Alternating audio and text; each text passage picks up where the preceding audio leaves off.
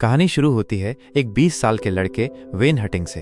वो बहुत गरीब मोहल्ले में रहता है, लेकिन काम करता है दुनिया की सबसे मशहूर university MIT Massachusetts institute of technology में।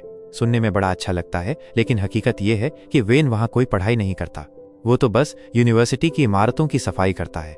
एक दिन जब वो गलियारे की सफाई कर रहा होता है, तभी उसकी नज़र बोर्ड पर लिखे एक बहुत मुश्किल गणित के सवाल पर पड़ती है। ये सवाल लिखा था प्रोफेसर जेफरी लैम्बो ने। उन्होंने पूरे कॉलेज को चुनौती दी थी कि जो भी इस सवाल को हल कर लेगा उसका नाम यूनिवर्सिटी की किताबों में छपेगा और उसे नाम और इज्जत दोनों मिलेंगे। वेन उस सवाल को ध्यान से देखता है और उसका मन वहीं अटक जाता है। पूरे दिन वह उसी सवाल के बारे में सोचता रहता है, यहाँ तक कि जब अपने दोस्तों के साथ बार में होता है तब भी उसका दिमाग उसी सवाल में उलझा रहता है। अचानक वो दोस्तों को छोड़कर सीधे अपने छोटे से पुराने घर चला जाता है ताकि रात भर बैठकर उस सवाल को हल कर सके। घर में उसके पास बोर्ड नहीं होता, इसलिए वो बाथरूम के शीशे पर हल लिखता है और गलतियां मिटाकर कोशिश करता रहता है। कई घंटों बाद आखिरकार वो सवाल हल कर देता है। कुछ दिनों बाद जब वो काम पर जाता है तो सफाई करते करते ही बोर्ड पर सही हल लिख देता है, और जब प्रोफेसर लैम्बो बोर्ड पर लिखा हल देखते हैं तो हैरान रह जाते हैं। उन्हें विश्वास ही नहीं होता कि उनके किसी स्टूडेंट ने इतना मुश्किल सवाल इतनी जल्दी हल कर दिया। वो ये जानने के लिए बेचैन हो जाते हैं कि आखिर ये जीनियस है कौन। उसी शाम वेन अपने दोस्तों के साथ बाहर घूम रहा होता है। रास्ते में उन्हें कुछ लोग मिलते हैं। उनमें से एक लड़का एक लड़की का मजाक उड़ाता है। वेन उस लड़के को पहचान लेता है। ये वही इंसान था जो बचपन में उसे बहुत तंग करता था। गुस्से में वेन अपने दोस्त से गाड़ी रोकने के लिए कहता है और बिना सोचे समझे उतरकर सीधे उस पर हमला कर देता है। वेन उसे मुक्का मारता है और देखते ही देखते दोनों ग्रुप के बीच लड़ाई शुरू हो जाती है। थोड़ी देर में पुलिस वहां पहुंच जाती है। वेन के दोस्त उसे बचाकर खींचने की कोशिश करते हैं, लेकिन तब तक देर हो चुकी होती है। पुलिस वेन को गिरफ्तार कर लेती है। अगली सुबह प्रोफेसर लैम्बो अपने स्टूडेंट्स को लेक्चर देते हैं। सबकी नजर उन्हीं पर टिकी होती है, क्योंकि सब ये जानना चाहते हैं कि आखिर वो कौन है जिसने इतना मुश्किल सवाल हल किया। लेकिन क्लास में कोई भी इसका जवाब नहीं देता। प्रोफेसर थोड़े निराश होकर कहते हैं कि अगर किसी ने पिछला सवाल हल कर लिया है तो अब मैं तुम्हें और भी कठिन सवाल दूंगा। वो बताते हैं कि ये वही प्रॉब्लम है जिस पर वो और उनके साथी पिछले 2 साल से काम कर रहे हैं, और अब वही सवाल बोर्ड पर लिखा हुआ है। इधर वेन पुलिस स्टेशन से बाहर निकलता है और अपने दोस्तों को बताता है कि उसकी अगले हफ्ते कोर्ट की तारीख है। शाम को वो अपनी नौकरी पर जाता है और वहां फिर से बोर्ड पर लिखा एक आसान सा सवाल देखता है। जल्दी जल्दी उसे हल करने लगता है ताकि कोई देख न ले। तभी प्रोफेसर लैम्बो अपने ऑफिस से बाहर आते हैं और वेन को बोर्ड पर लिखते हुए देख लेते हैं। वो गुस्से में पूछते हैं, तुम यहाँ क्या कर रहे हो? वेन तुरंत माफी मांगकर पीछे हट जाता है। प्रोफेसर को लगता है कि ये लड़का कोई शरारती है जो बस बोर्ड पर बेवजह लिख रहा है। वो उसे पकड़ने की कोशिश करते हैं, लेकिन वेन फुर्ती से वहां से गायब हो जाता है। जब प्रोफेसर दोबारा बोर्ड देखते हैं तो उन्हें पता चलता है कि वहां सही जवाब लिखा हुआ है। ये देख वो दंग रह जाते हैं। शाम को काम खत्म होने के बाद वेन अपने दोस्तों के साथ बार में जाता है और बताता है कि उसे नौकरी से निकाल दिया गया है। अब वो यूनिवर्सिटी के अंदर आके सवाल हल नहीं कर पाएगा। उसके दोस्त पूछते हैं क्यों निकाला, तो वेन मजाक में कहता है बस मैनेजमेंट ने बदलाव किया है। अगले दिन प्रोफेसर लैम्बो ठान लेते हैं कि अब वो इस रहस्यमय जीनियस को ढूंढेंगे। वो सीधे सफाई कर्मचारियों के दफ्तर पहुंचते हैं और पूछते हैं यहाँ काम करने वाले एक लड़के का नाम चाहिए। लेकिन वहां के स्टाफ को लगता है कि प्रोफेसर सफाई की शिकायत करने आए हैं, इसलिए वो तुरंत वेन का नाम नहीं बताते। थोड़ा समय बाद ये पता चलता है कि वेन MIT में सफाई का काम अपनी मर्जी से नहीं कर रहा था, बल्कि ये कोर्ट की तरफ से दी गई कम्युनिटी सर्विस थी। अब उसका केस सुनने का दिन आ चुका था। कोर्ट में प्रोफेसर लैम्बो भी मौजूद होते हैं। वहां सब देखते हैं कि वेन खुद ही अपना केस लड़ रहा है। वो कानून और समाज के बारे में इतनी जानकारी दिखाता है कि सब हैरान हो जाते हैं, लेकिन उसके खिलाफ बहुत सारे पुराने केस होते हैं, इसलिए जज उसे जेल भेज देते हैं और $00 की जमानत रख देते हैं। कुछ समय बाद प्रोफेसर लैम्बो जेल में वेन से मिलने आते हैं। वो बताते हैं कि जज ने उसे जेल से बाहर आने की इजाजत दे दी है, लेकिन 2 शर्तों के साथ। पहली, वेन को हर हफ्ते प्रोफेसर के साथ पढ़ाई करनी होगी। दूसरी, उसे हर हफ्ते एक मनोवैज्ञानिक डॉक्टर से मिलना होगा ताकि उसका गुस्सा और अपराध जैसी आदतें कम हो सके। वेन को लगता है कि उसे मनोवैज्ञानिक डॉक्टर की कोई जरूरत नहीं है, लेकिन आजाद होने के लिए वो ये शर्त मान लेता है। जेल से निकलने के बाद वो प्रोफेसर के साथ पढ़ाई शुरू करता है और मुश्किल से मुश्किल सवाल आसानी से हल कर देता है। प्रोफेसर उसकी काबिलियत देखकर बहुत प्रभावित होते हैं, लेकिन थेरेपी इतनी आसान नहीं होती। प्रोफेसर कई अलग अलग डॉक्टर बुलाते हैं, लेकिन कोई भी वेन को संभाल नहीं पाता। पहला डॉक्टर तो डर ही जाता है, क्योंकि वेन उसकी लिखी किताब का मजाक उड़ाता है। वेन कहता है कि उसने उसकी किताब एक ही रात में पढ़ ली और उसमें कुछ खास नहीं है। ये सुनकर डॉक्टर गुस्से में सेशन छोड़कर चला जाता है। दूसरे मनोवैज्ञानिक डॉक्टर ने वेन को संभालने की कोशिश कुछ अलग तरीके से की। उसने उसे हिप्नोटिज्म में डालकर सुलाने की कोशिश की, लेकिन ये तरीका भी काम नहीं करता। यह देखकर प्रोफेसर लैम्बो लगभग हार मान लेते हैं। तभी उन्हें अपने पुराने कॉलेज के दोस्त सीन मैकग्विरे की याद आती है, जो अब एक मनोवैज्ञानिक डॉक्टर है। प्रोफेसर सीन के ऑफिस में जाकर वेन का मामला बताते हैं और उसे साथ मिलकर एक रेस्टोरेंट में चर्चा करने का न्योता देते हैं। सीन पहले तो मना कर देता है क्योंकि उसका शेड्यूल बहुत व्यस्त होता है, लेकिन प्रोफेसर लैम्बो उसे समझाते हैं कि वेन कोई साधारण लड़का नहीं है बल्कि एक अलग ही स्तर का जीनियस है। वो उसकी तुलना उस मशहूर गणित के विद्वान से करते हैं जिसने बिना किसी औपचारिक पढ़ाई के बड़े बड़े खोज किए थे। यह सुनकर सीन आखिरकार वेन से मिलने के लिए राजी हो जाता है। पहले सेशन में वेन हमेशा की तरह बदतमीजी और मजाक से डॉक्टर को परेशान करने की कोशिश करता है। वो सीन की बनाई पेंटिंग तक का मजाक उड़ाता है और कहता है कि ये बिल्कुल बेकार है। सीन इस पर गुस्सा नहीं करता और शांत रहता है, लेकिन जब वेन उसके निजी जीवन और उसकी पत्नी का मजाक उड़ाता है तब सीन बुरी तरह भड़क उठता है। उस सख्त लहजे में कहता है, अगर तुमने मेरी पत्नी का नाम फिर लिया तो मैं तुम्हें बर्बाद कर दूंगा, और इसके साथ ही सेशन खत्म कर देता है। बाद में जब प्रोफेसर लैम्बो देखते हैं कि सीन परेशान है तो वो उसे कहते हैं कि अगर चाहे तो ये केस छोड़ सकता है, लेकिन सीन साफ कहता है कि वो अगले हफ्ते फिर से वेन से जरूर मिलेगा। पहले सेशन के बाद सीन तक वेन की बातों के बारे में सोचता रहता है, खासकर जब उसने उसकी पत्नी का जिक्र किया था। ये यादें उसे अकेला महसूस कराती हैं। उधर वेन अपनी जिंदगी में थोड़ा आगे बढ़ता है। वो बार में मिली लड़की स्काइलर के साथ डेट पर जाता है। स्काइलर उसे बताती है कि उसे अपने पापा से बहुत पैसे विरासत में मिले हैं और वो स्टैनफोर्ड यूनिवर्सिटी में एडमिशन लेने की सोच रही है। दोनों की शाम बहुत अच्छी गुजरती है और आखिर में एक डाइनर में दोनों किस करते हैं। अब आता है दूसरा थेरेपी सेशन। इस बार सीन वेन को ऑफिस में नहीं बल्कि पार्क की बेंच पर ले जाता है। जैसे ही वेन अपनी पुरानी मजाक और तानेबाजी वाली हरकतें शुरू करता है, सीन उसे रोक देता है। सीन कहता है कि उसने वेन की बातों पर बहुत सोचा है और अब उसके पास कहने को कुछ है। वो बताता है कि वेन भले ही बहुत पढ़ा लिखा और तेज दिमाग वाला है, लेकिन असल जिंदगी के बारे में उसे कुछ नहीं पता। वो दुनिया के हर कलाकार के बारे में किताबों से जान सकता है, लेकिन उसने कभी बोस्टन छोड़कर उनकी असली कलाकृतियां नहीं देखी। वो युद्ध पर लिखी किताबें सुना सकता है, लेकिन उसने कभी युद्ध का मैदान नहीं देखा। वो प्यार की कविताएं सुना सकता है, लेकिन उसने कभी किसी औरत से सच्चा प्यार नहीं किया, ना ही उसके सामने खुद को पूरी तरह खोला। और सबसे अहम बात, जब तक वेन अपने दिल का दर्द खुद नहीं बताएगा तब तक कोई ये नहीं समझ सकता कि एक अनाथ होने का दर्द क्या होता है। सीन कहता है कि किताबों से ये सब नहीं सीखा जा सकता, असली सबक जिंदगी खुद सिखाती है। अगले सेशन में वेन पूरे टाइम चुप रहता है। सीन शांति से बैठा रहता है क्योंकि उसे पता होता है कि वेन बस उसे परख रहा है और वो सही निकलता है। अगले ही सेशन में वेन चुप्पी तोड़ता है और सीन को एक गंदा चुटकुला सुनाता है। इसके बाद दोनों हल्की फुल्की बातें करने लगते हैं। वेन अपनी डेट के बारे में बता देता है। सीन पूछता है कि क्या वो स्काइलर से दोबारा मिलेगा।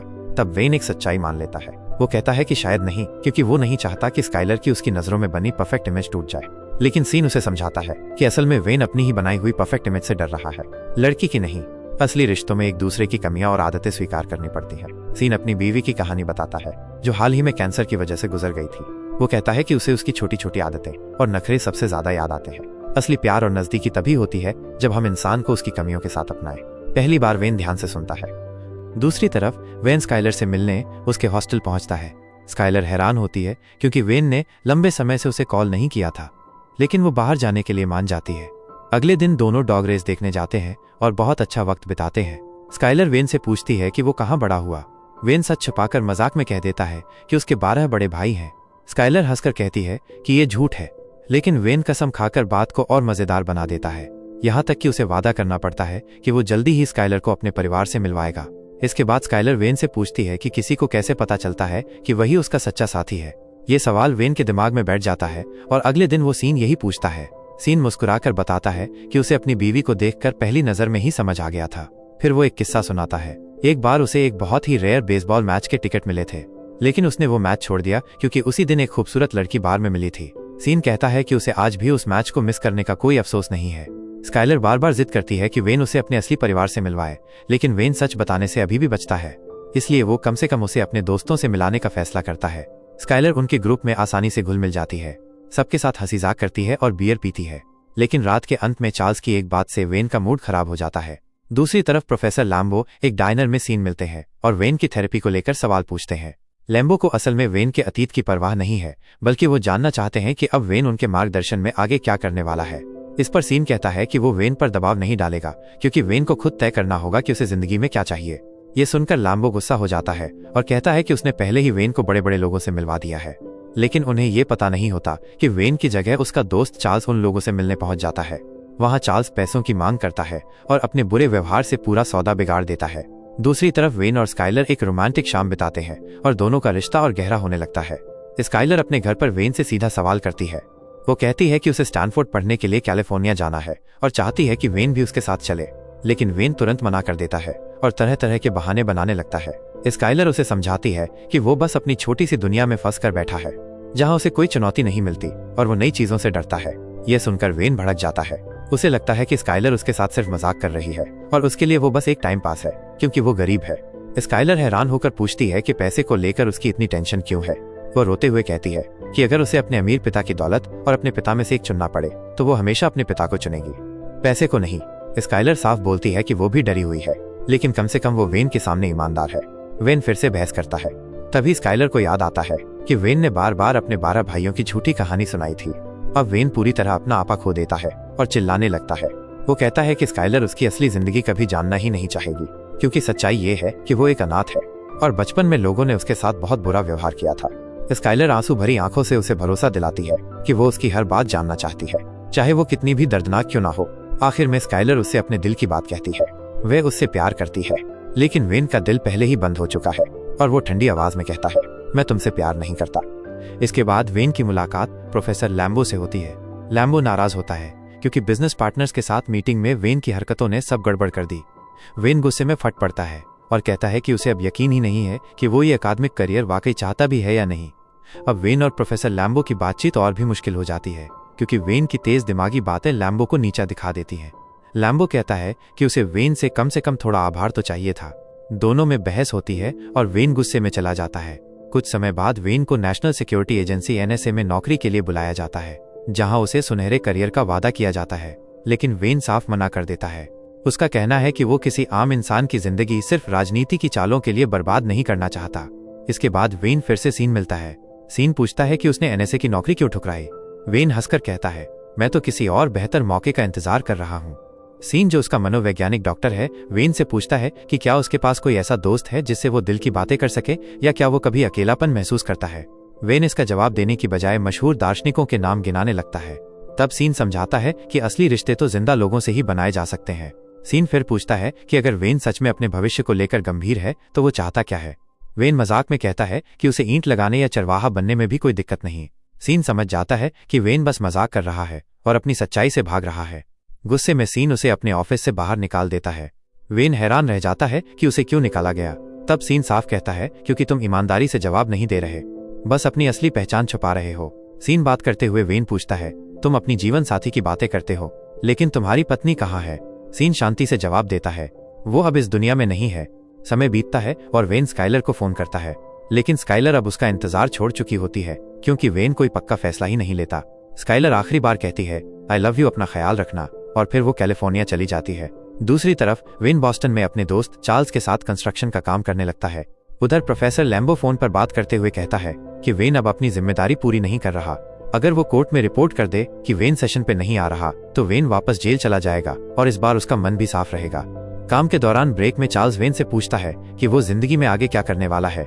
वेन मजाक में कहता है कि उसे लैब में चूहा बनकर गणित के सवाल हल नहीं करने, बल्कि बॉस्टन में रहकर अपने दोस्तों के साथ मस्ती करनी है। लेकिन इस बार चार्ल्स खुलकर वेन को डांटता है। वो कहता है कि वेन अपनी काबिलियत बर्बाद कर रहा है। चार्ल्स ये तक मान लेता है कि हर रोज वो ये ख्वाहिश करता है कि एक दिन वेन अपने घर से निकले और अपनी असली जिंदगी बनाए। इसी बीच लैम्बो को पता चलता है कि वेन अब सीन के साथ थेरेपी पर भी नहीं जा रहा। गुस्से में लैम्बो सीन को धमकाता है कि वो जज को सब सच बताएगा और सीन पर यह इल्जाम लगाता है कि वही वेन को फिर से अपराधों की तरफ धकेल रहा है। सीन प्रोफेसर लैम्बो से कहता है कि उसे इस बात से फर्क नहीं पड़ता अगर लोग उस पर हंस लें, लेकिन वो वेन की भावनाओं को नजरअंदाज नहीं कर सकता। सीन बताता है कि लैम्बो को कभी असली प्यार स्वीकार करना आया ही नहीं और वो पूरी जिंदगी अकेला ही रहा है। लेकिन लैम्बो उसकी बात सुनने को तैयार नहीं होता। उसे लगता है कि सीन उसकी सफलता से जलता है। ये सुनकर सीन हैरान रह जाता है और उसे लगता है कि लैम्बो बस घमंडी है। सीन समझाता है कि वो सिर्फ वेन के भविष्य और उसकी असली ख्वाहिशों की परवाह करता है, जबकि लैम्बो का दबाव उसे नाकाम बना सकता है। तभी लैम्बो चुपचाप वहां से चला जाता है और वेन को सीन के साथ अकेला छोड़ देता है। सीन वेन को बताता है कि उसका और लैम्बो का झगड़ा व्यक्तिगत नहीं है, बल्कि ये पुरानी बातों से जुड़ा हुआ है। फिर सीन बात बदलते हुए बताता है कि उसने वेन के बारे में जज के लिए एक रिपोर्ट तैयार की है। वेन उससे पूछता है कि क्या उसके जैसे और भी मरीज उसके पास आए हैं। तभी सीन पहली बार अपनी पर्सनल लाइफ शेयर करता है और बताता है कि उसका पिता शराबी था जो उसे बहुत मारा करता था। वो वेन से कहता है कि जो कुछ भी उसके साथ हुआ उसकी गलती नहीं है। शुरुआत में वेन मजाक बनाकर बात टालने की कोशिश करता है, लेकिन फिर अचानक टूटकर अपने असली जज्बात बाहर निकाल देता है। आखिरकार सब कुछ साफ होने लगता है कि उसका पिता शराबी था और बचपन में उसे बहुत मारा पीटा करता था। वेन अपनी आखिरी सेशन के लिए सीन के पास आता है और बताता है कि उसने प्रोफेसर लैम्बो द्वारा सुझाई गई कंपनियों में से एक में जॉब जॉय करने का फैसला कर लिया है और वो इस फैसले से खुश है। सीन भी कहता है कि उसने थोड़ी दुनिया घूमने का सोचा है और जाते जाते अपना नंबर वेन को दे देता है। शाम को वेन अपने दोस्तों के साथ अपना बर्थडे सेलिब्रेट करता है। उसके दोस्त उसे एक कार गिफ्ट करते हैं जो उन्होंने पुराने पार्ट से जोड़कर बनाई थी। इस बीच प्रोफेसर लैम्बो सीन मिलने आता है। दोनों एक दूसरे से माफी मांगते हैं और फिर साथ में बार में ड्रिंक करने निकल जाते हैं। दूसरी तरफ हमेशा की तरह चार्ल्स वेन को लेने आता है, लेकिन इस बार वो देखता है कि वेन घर पर नहीं है। ये देखकर चार्ल्स बहुत खुश होता है, बिल्कुल वैसे ही जैसे वो अपने सपनों में हमेशा चाहता था। वेन ने सीन के लिए एक नोट छोड़ रखा था। सीन उसे पढ़ता है और पता चलता है कि वेन ने जॉब छोड़ दी है और कैलिफोर्निया चला गया है स्काइलर के पास। उस नोट में वेन वही लाइन लिखता है जो कभी सीन ने अपने दोस्तों से कही थी जब उसने बेसबॉल मैच छोड़कर अपनी होने वाली पत्नी से मिलने का फैसला किया था। और इसी खूबसूरत अंदाज में ये कहानी खत्म होती है। ये कहानी हमें सिखाती है कि जिंदगी में असली जीत डिग्री या नौकरी से नहीं, बल्कि सच्चे प्यार और अपने असली मकसद को पहचानने से मिलती है।